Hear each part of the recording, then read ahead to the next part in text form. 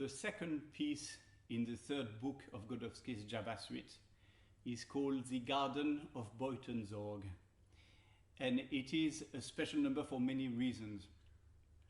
There would be a case for saying that it is the greatest, although I personally feel it has been even outclassed by one to come yet. It is the only one that Godowsky has recorded, and in fact that's the only recording of Godowsky pianist playing his own music is this piece. So that tells you something about the importance here attached to it. And it is, another claim to fame, the only number, I think, to my knowledge, that has been recorded separately by pianists like Stephen Huff or Marc-André Hamelin, who didn't record the whole of the Java Suite, but recorded that number. With very good reason. It's absolutely enchanting. In fact, it's magical, really.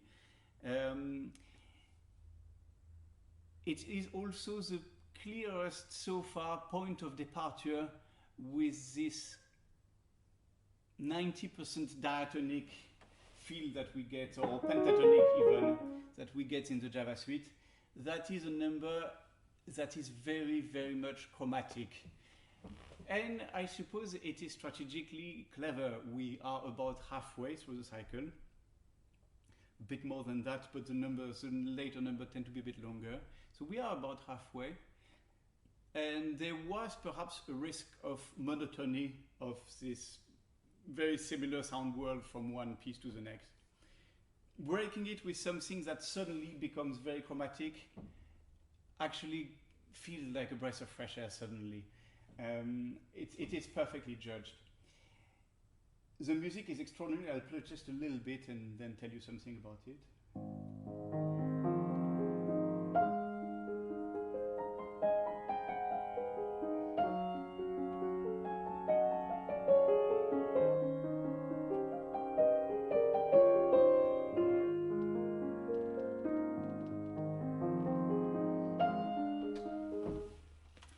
So now you can see something about how it is composed. It is a tropical forest, tropical garden sort of piece. So you have this, a bit like in the third dance, but much slower, this semiquaver line that seem to wrap themselves around the melody, very much like you can imagine certain plants just wrapping themselves, certain tropical plants, certainly. But it goes much further than being simply descriptive tropical garden music. There is very much a feeling attached to this. And it's one of, well, to me at least, something about the transience of life, the impermanence, another very Buddhist theme. And this, to me, is conveyed by the fact that the melody is composed as a very long-lasting note.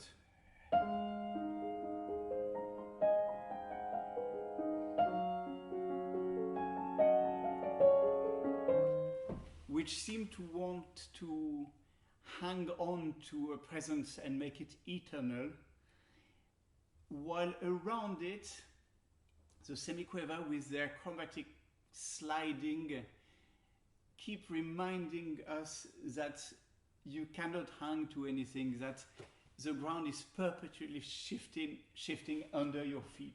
That's very much what this music is about.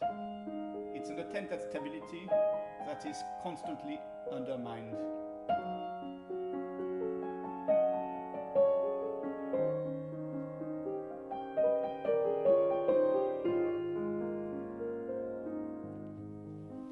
And that's where the incredibly nostalgic feeling that we get while listening to this piece comes from. That's where it comes from.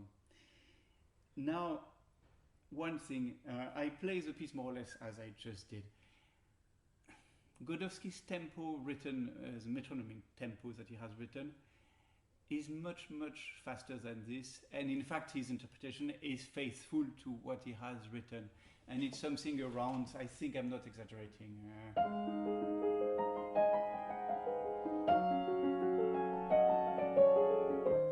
I'll leave the link in the description of his interpretation of the piece. It always felt wrong to me instinctively, and I've tried, and I simply cannot like it this way. I sort of feel that Godowsky composed a piece that is greater than he actually realized. And the slowing down is to allow the harmonies to blossom, and to allow one to really hear the detail of the counterpoint and everything. It's very much in what you would do in some pieces by Chopin that we have been so accustomed to slow down that if we play them at their original speed, they feel way too fast. And let's not be original, but I think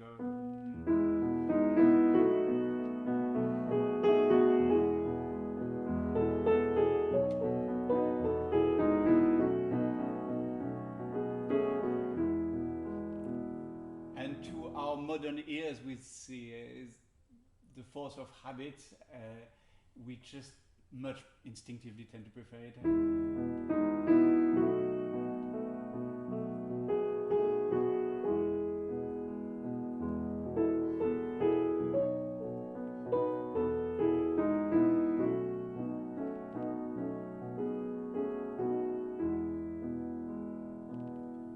So it is yet another example of what happened with pieces that are extremely successful in the genre of these slow movements, is that generation of pianists tend to slow them down.